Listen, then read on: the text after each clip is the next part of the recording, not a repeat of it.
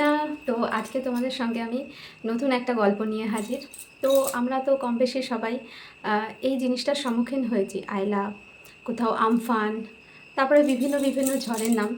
তো আমি যখন ছোট ছিলাম, প্রায় বহুত বছর আগেকার কথা বলছি, তো আমি একবার ঝড়ের সম্মুখীন হয়েছিলাম। সেটা হয়েছে, আমার সালটা ঠিক মনে নেই, তবে পুরীতে পুরীতে আমরা গিয়ে পৌঁছেছিলাম। সেদিন হয়তো কিছু আম, বুঝতে পারিনি, কিন্তু দুদিন থাকার পর আর তখন আমাদের বলা হলো ঝড় আসছে, অনেক বিশাল বড় ঝড়। তো আমরা একদম সামনে ছিলাম না, সামনের হোটেলে, যেহেতু যেহেতু আমার বাবা কর্মসূত্রে কোঅপারেটিভ ব্যাংকের কর্মরত ছিল, সেহেতু আমাদের কিন্তু হলিডে হোম পেতেন বাবা। তাই আমরা কি করতাম, ওই হলিডে হোমেতেই থাকতাম, এবং কোঅপারেটিভ ব্যাংকের হলিডে হোমগুলো একটু পিছনের দিকে থাকতো।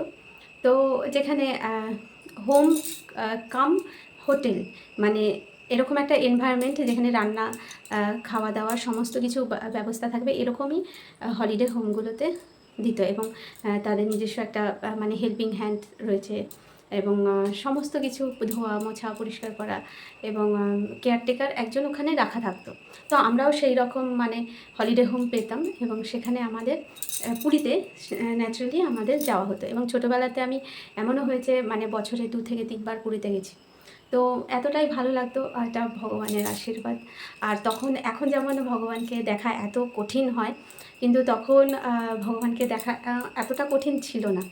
মানে আমরা যেটা গর্ভগৃহ, যেটা ভেতর দিয়ে ভগবানকে দর্শনের জায়গা, এরকমও হয়েছে। আমরা সকালে গেছি, সকালে একবার ভগবানকে একদম আলিঙ্গন করে, মানে আমার সত্যি আমি আগে জন্য অনেক পুণ্য করেছি, যে জন্য আমি ভগবানকে এতবার করে দর্শন দিতে পেরেছি, মানে দর্শন করতে পেরেছি, এতবার দর্শন করতে পেরেছি। মানে বলে না, মানে ভগবানের চিন্তায় মানে এত মগ্ন আমি, যে আমি মাঝে মাঝে উল্টোপাল্টা বলে ফেলবো হয়তো। আর ভগবান তখন মানে এই একবার গেলাম, ভগবানকে দেখলাম, আবার কিছুক্ষণ থাকলাম, বসলাম ভগবানের সামনে। মানে এরকমও আমি দেখেছি, ভগবানকে এরকমভাবেও দর্শন পেয়েছি, আবার অনেক ভিড়।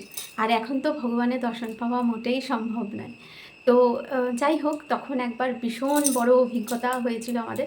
পুরীতে যাওয়ার পর প্রথম দিন গেল, আর কিছু হলো না। সেকেন্ড দিন, তার আগে বলে নিই, তখন কিন্তু আবহাওয়া মানে এতটা, মানে 5 দিন পর ঝড় আসছে বা 10 দিন পর ঝড় আসছে, এতটা যে অ্যাক্টিভ, এতটা যে ইনফরমেটিভ, সেই টাইমটায় আমি যখন চলেছিলাম, সেই টাইমটায় এত ইনফরমেটিভ আগে থেকে ছিল না।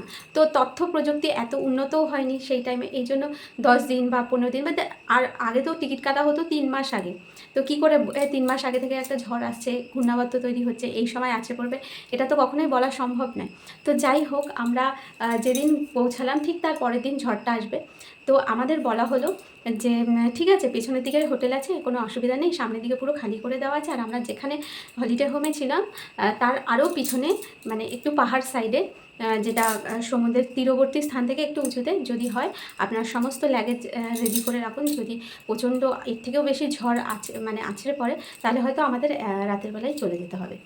আমাদের এরকমও বলা হয়েছিল, এবং আমরা তাই করলাম। তো আমার তো ছোটোবেলার সেরকম কিছু মনে নেই যে রাতে জেগেছিলাম, কীরকম ঝড় এসেছিলো, সেই দৃশ্যটা আমার মনে নেই, কিন্তু আমার মা বাবার হয়তো মনে আছে।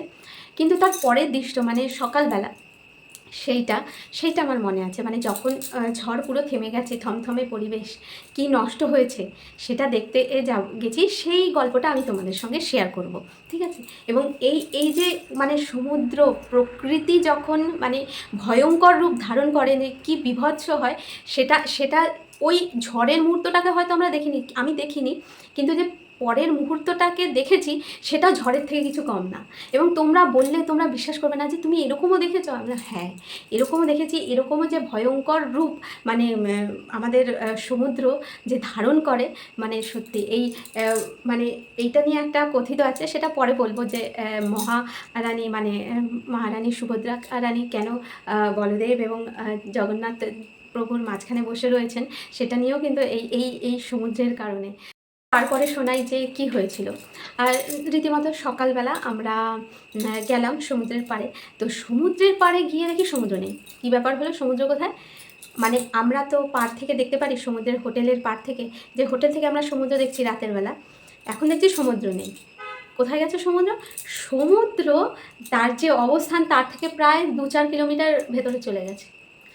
মানে আর জল তখন পুরো শান্ত, জলে তখন ঢেউ হচ্ছে না, এবং জলের মধ্যে কারেন্ট উৎপন্ন হয়ে গেছে। এত সে আছাড় পাছাড় দিয়েছে, সেই কারেন্টের মানে চোটে যে অল্প অল্প মানে সাগরের জল আছড়াচ্ছে, সেই কারেন্টে ওই ভেতরের সব জীবজন্তুগুলো সব বেরিয়ে আসছে। মানে এই বড় বড় কাঁকড়া, তারপরে বিভিন্ন রকমের মাছ, সামুদ্রিক বিভিন্ন জীবকে সেই টাইমে আমরা নিজে চোখে দেখছি যে বেরিয়ে আসছে। এবং কি বিশাল বিশাল মানে সেই কাঠ, মানে এত কাঠ সমুদ্রে, মানে সেটা দেখা যায় না। তারপরে অবাক করা দৃশ্য, মানে আমরা এত ভিতরে চলে গেছি, মানে সমুদ্র মানে রোড থেকে প্রায় 3 থেকে 4 কিলোমিটার ভিতরে, মানে যেখানে আমরা সমুদ্রের জল ওই সামনে সমস্ত হোটেল থেকে আমরা দেখতে পারি, রাতে উপভোগ করতে পারি। সি ফেসিং হোটেল, তাই জন্যই তো নাম দিয়েছে না। তো সেই সমুদ্রকে আর দেখাই যাচ্ছে না, সমুদ্র 2-4 কিলোমিটার ভিতরে চলে গেছে, এবং সমুদ্রকে ঠিক এরকমভাবে দেখছি আমরা, ঠিক এই রকমভাবে।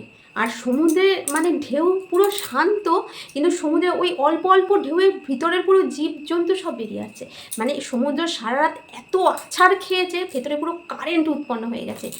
এবং আমরা যখন ওই সমুদ্রের ভেতর মানে অতটা ভিতরে গেছি, দেখছি কত জীব, কত জন্তু বালির নিচে চাপা পড়েছে।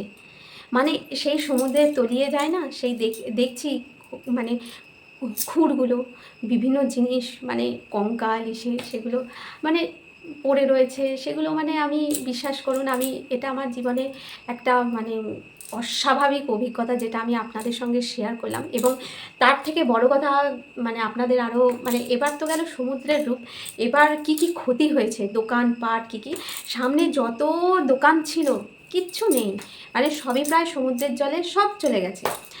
আর আরেকটা জিনিস যেটা বোঝার মতো, এই যে রেলিংগুলো ছিল, মানে যেখানে রোডের পাশে যে রেলিংগুলো, যেখানে বসি আমরা, মানে এই যে বসে বিভিন্ন জিনিস খাচ্ছি, স্ট্রিট ফুডগুলো খাচ্ছি, বুঝতে পারছো তো, যেগুলো বসার জায়গা রোলারগুলো করে দিয়েছে, সেই জায়গার কিচ্ছু নেই, সব ভেঙে গেছে।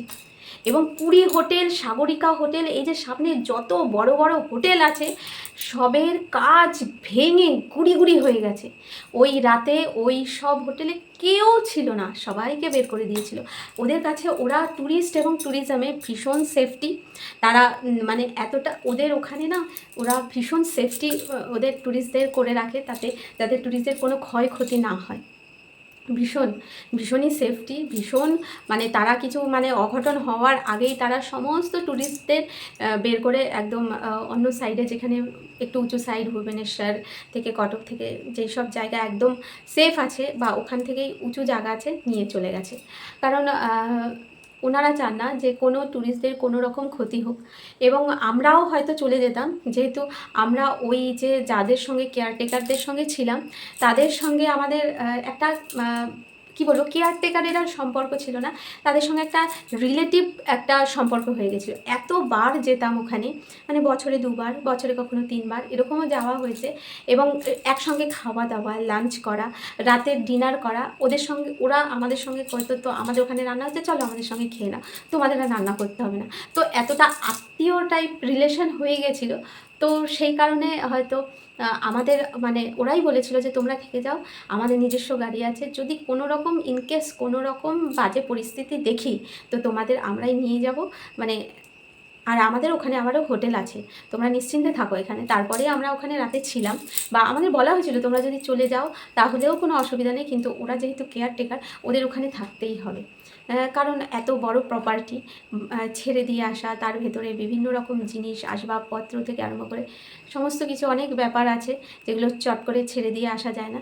তো এই রকম আমি অভিজ্ঞতা পেয়েছিলাম, যেখানে সমুদ্রকে সেই টাইমে দেখলাম, বাবা সমুদ্র এত ভয়ঙ্কর হয়, মানে মানে সমুদ্র প্রায় 10-20 তালার ওপরে, এবং সমুদ্র পুরো শান্ত, আকাশ আর সমুদ্র মনে হচ্ছে এক, মানে এরকমই ভয়ঙ্কর দৃশ্য আমি দেখেছিলাম সমুদ্রের।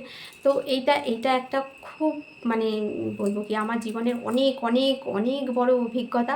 হয়তো যারা যারা সেই বছর এরকমভাবে সমুদ্রকে দেখেছে তারাও হয়তো এরকম অভিজ্ঞতার মানে সাক্ষী হয়েছে, যেগুলো হয়তো আমার মৃত্যুর আগের দিন পর্যন্ত আমি কখনো ভোলার জিনিস নয়। এক, আমার স্মৃতিশক্তি হারিয়ে যাবে তাহলে আমি ভুলবো, আর মৃত্যু হয়ে গেলে তো ব্যাস ওখানেই আমি। কিন্তু এটা মানে এই রকম অভিজ্ঞতা যারা সম্মুখীন হয়েছো, সত্যি তাদের জীবনে একটা বিশাল বড় পাওনা, যে প্রকৃতির এরকম বীভৎস রূপ দেখা। এগুলো সচরাচর সবাই হয়তো সাক্ষী হয় না। তেমনি আরও পরে একটা গল্প শোনাবো, সেটা হচ্ছে বৃন্দাবনের গল্প। তো যখন আমার 8 বছর বয়স, ভগবান রাধারানীর কৃপার জন্য আমি বৃন্দাবন গেছি। ওখানে মানে সত্যি আমি অনেক অনেক অনেক হরে কৃষ্ণ ভগবানের কৃপায় আমার যখন আমার বাল্য বয়স 8 বছর বয়সেও আমি ওখানে গিয়েছিলাম, এবং ভগবানের সেই পবিত্র ভূমিতে নিজেকে মাথা রাখতে পেরেছি, তারও অভিজ্ঞতা, এবং সেখানেও যে কত সুন্দর সুন্দর ঘটনা আছে সেগুলো তোমাদের সঙ্গে সব শেয়ার করব। তো রাধে রাধে, ভালো থেকো, শুভরাত্রি। সবার সঙ্গে দেখা হচ্ছে। আর আমি যেহেতু এখন রাতের বেলা শ্যুট করছি তাই বললাম শুভরাত্রি। তো সবাই ভালো থেকো, সুস্থ থেকো, আর অবশ্যই আমার চ্যানেলকে একটা লাইক, শেয়ার এবং সাবস্ক্রাইব করবে। তোমাদের ভালোবাসার জন্যই কিন্তু আমি বারবার করে এরকম ভিডিও বানাচ্ছি, কারণ তোমরা ভালোবাসা দিচ্ছ আমার। আমি তোমাদের কাছে চিরকৃতজ্ঞ, এবং অনেক ভালোবাসা, মন থেকে ভালোবাসা তোমাদের জন্য, যে আমার গল্পগুলোকে তোমরা এত সুন্দর পছন্দ করছো। চেষ্টা করব আর এই রকম সুন্দর সুন্দর বাস্তব সত্যিকারের ঘটনা তোমাদের সামনে তুলে ধরা, যেগুলো আমি আমার জীবনে দেখেছি, সেগুলো তোমাদের সামনে অবশ্যই তুলে ধরার চেষ্টা করব। তো টাটা, গুড নাইট।